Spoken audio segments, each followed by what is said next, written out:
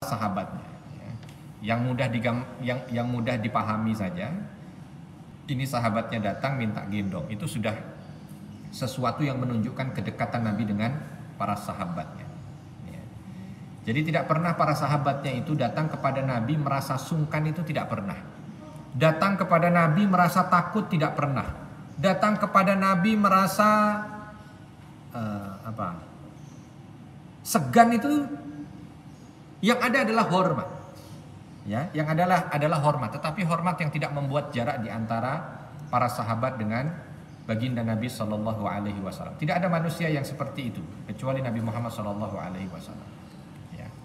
Sampai Ummu Ma'bad, ada seorang yang bernama Ummu Ma'bad. Ini baru sekali ketemu dengan Nabi. Ketemunya di saat Nabi hijrah dari Mekah menuju ke Madinah. Sempat mampir di rumahnya seorang wanita yang bernama Ummu Ma'bad ini, ya. Ketemunya cuma sebentar. Kala itu Nabi cuma tanya, ada susu domba yang bisa kami minum. Maka Ummu Ma'bad yang terkenal dermawan ini, yang rumahnya menjadi tujuan para musafir kalau kehabisan barang atau kehabisan bekal, karena pasti yang datang ke sana itu dijamu. Ummu Ma'bad pas bertepatan dengan itu nggak ada. Ya, Ummu Ma'bad bilang nggak ada. Kambing kami sedang tidak mengeluarkan susu. Maka Nabi mengatakan, adakah kambing yang kurus di antara kambing-kambing? Oh, ada. Kalau yang kurus diambil kan, lalu dipegang, keluarlah itu susunya. Cuman begitu saja, terus pergi Nabi Muhammad. Suaminya datang, ya.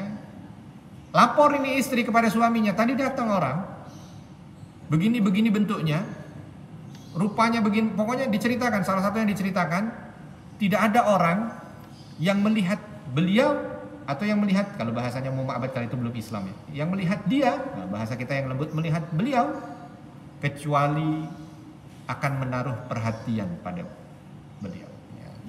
Kecuali akan menarik perhatian beliau. Itulah Nabi Muhammad SAW.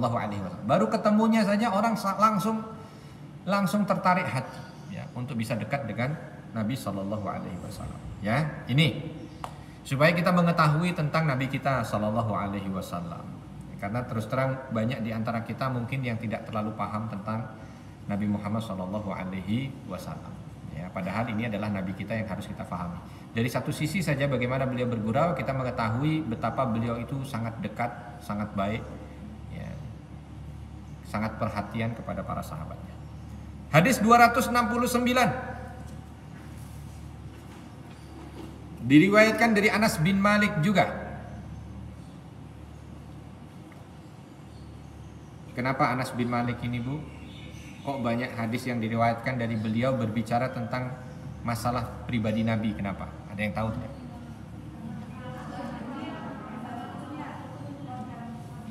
Iya, karena Anas bin Malik ini sejak usia kecil ibunya sudah menghibahkan anaknya untuk menjadi pembantu Nabi Muhammad SAW.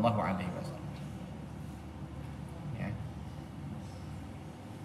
Sehingga dari kecil bersama dengan Nabi SAW. Ada beberapa pembantu di antara Nabi. Nabi bukan punya satu pembantu. Nabi punya banyak orang yang ada di sekitar beliau yang membantu beliau. Ada yang tugasnya membawakan tongkat, ada yang tugasnya membawakan sendal, ada yang tugasnya menyiapkan air, ada yang tugasnya menyiapkan kendaraan, ada yang tugasnya. Ibu punya berapa pembantu di rumah? Satu, berarti tidak sunnah. Tidak nyunnah. Karena kalau nyunnah pembantunya banyak, itu baru nyunnah. Makanya kalau para kiai dulu itu pembantunya nggak satu, banyak. Karena memang Nabi SAW. Ini Anas bin Malik kita dengarkan bagaimana beliau menjadi pembantunya Nabi. Tapi bukan Anas bin Malik aja, nanti ada Abdullah bin Mas'ud. Ya. Nanti ada yang lain lagi. Maka banyak nanti hadis yang berkaitan dengan masalah pribadi Nabi itu diriwayatkan dari Anas bin Malik. Karena Nabi SAW la yukhalituna hatta yaqula li akhin li saghir ya Aba Umair ma fa'alan nughair. Jadi pernah satu saat Nabi SAW, Anas bin Malik kala itu masih kecil. Memang sudah jadi jadi pembantu Nabi tapi masih kecil. Nah, karena masih kecil masih main kadang-kadang dengan anak-anak kecil yang ada di dekat rumah Nabi. Kala itu dia sedang bersama dengan adiknya, ya lagi main di depan rumah Nabi. Namanya anak kecil main, Bu. Nih, ini supaya tahu bagaimana dekatnya Nabi dengan semuanya termasuk anak-anak. Ibu-ibu jam 1 siang lagi capek-capeknya mau tidur siang. Depan rumah ada anak-anak kecil. Kira-kira gimana, Bu? Hah? Kelihatan kalau dari wajah ibu-ibu kelihatan. Ya. Bagaimana dengan Nabi? Harus memahaminya begitu. Ini anak-anak kecil lagi rame di depan Nabi. Bukan Nabi keluar langsung bilang, "Shh, berisik." Enggak bisa begitu. Enggak begitu. "Shh, diam." Enggak begitu. Atau enggak ada pengawal. Dari jauh dilarang mendekat. Ya, karena ini adalah rumah Nabi. Enggak ada begitu. Main, Nabi keluar.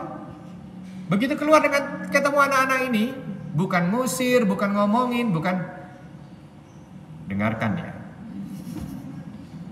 Ini adalah jam istirahat. Enggak begitu. Nabi datang langsung ngomong sama anak-anak yang lebih kecil dari Anas bin Malik. Ada adiknya namanya Aba Umair. Dipanggil dekat, Nabi sampai hafal nama anak-anak kecil satu-satu. Ya Aba Umair, ma fa'alan nughair. Kala itu lagi rame ribut mainin burung. Rame anak-anak kan main burung. Kalau main bola mungkin gak rame, tapi burung baru dipegang terbang kan mesti langsung wah, gitu.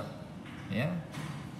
Yang rame anak Arab lagi, bukan anak Jakarta. Tahu sendiri ramenya anak Arab gimana. Nabi datang ketemu dengan anak kecil ini mengatakan, "Ya Aba Umair, ma fa'alan nughair."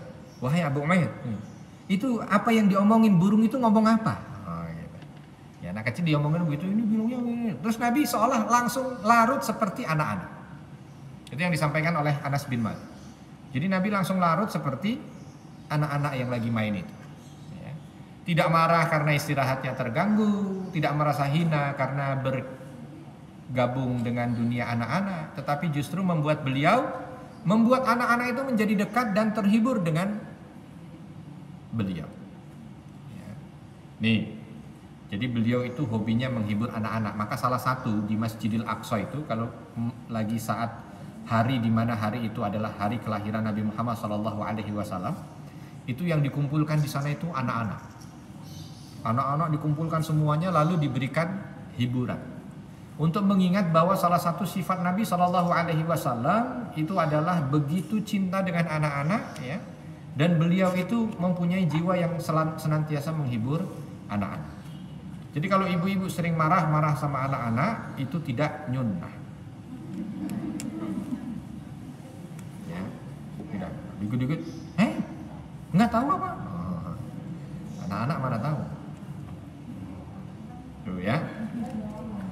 Dilihat ikut sunnah Nabi atau tidak nanti jam 2 siang. Kalau ada anak-anak main di depan rumah ibu-ibu, langsung ibu-ibu bikinin kue. Ayo nak, lebih rame lagi kalau bisa. Nah, itu berarti nyunnah. Kalau malah diusir, disiram air, sunnahnya Abu Jahal.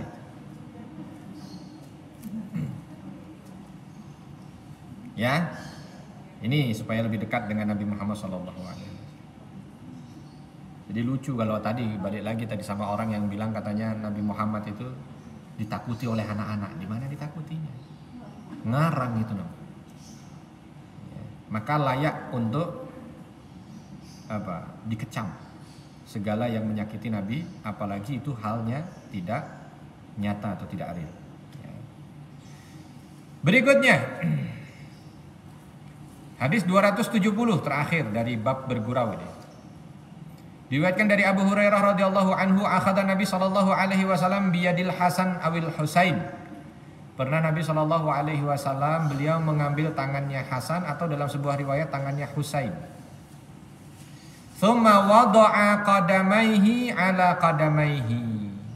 Lalu diambil ya. Coba dihayalkan saja, Bu. Nabi lagi duduk begini.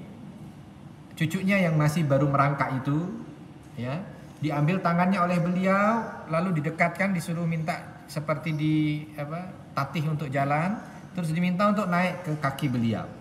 Pertama diminta ke kaki, terus langsung naik, taraqqa kata Nabi. Ayo naik terus, naik lagi, naik lagi sampai ke kepala.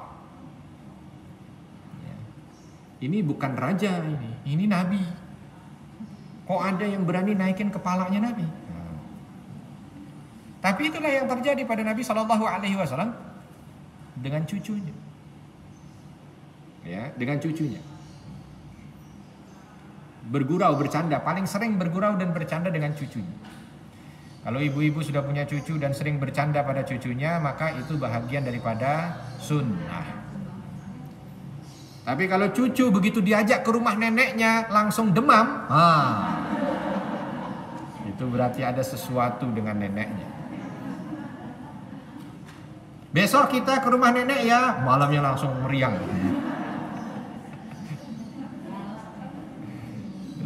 Diajak ke rumah neneknya meriang.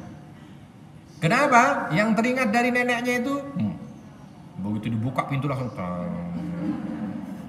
peraturan demi peraturan yang didengar oleh sang cucu. Ingat, mau masuk harus begini, jangan begini, harus begini, jangan begini. Aduh repot kata sang cucu. Tuh. Ya, Nabi Shallallahu Alaihi Wasallam juga pernah jadi kakek.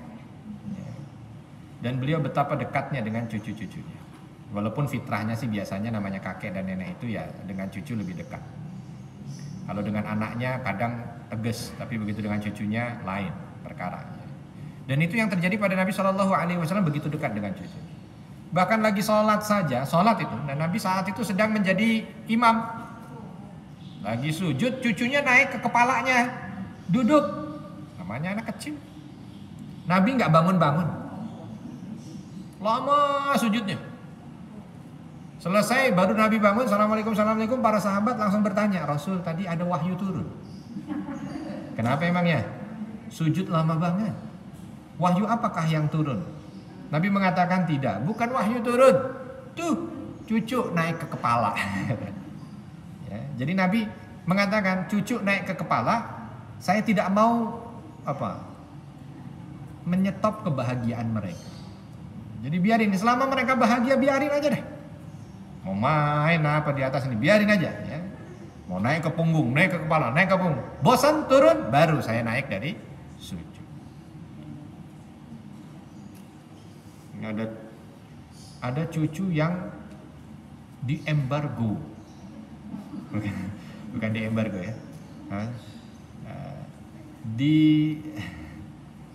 Kalau nggak boleh masuk ke satu tempat itu apa namanya? Di apa bu? Bukan di embargo ya?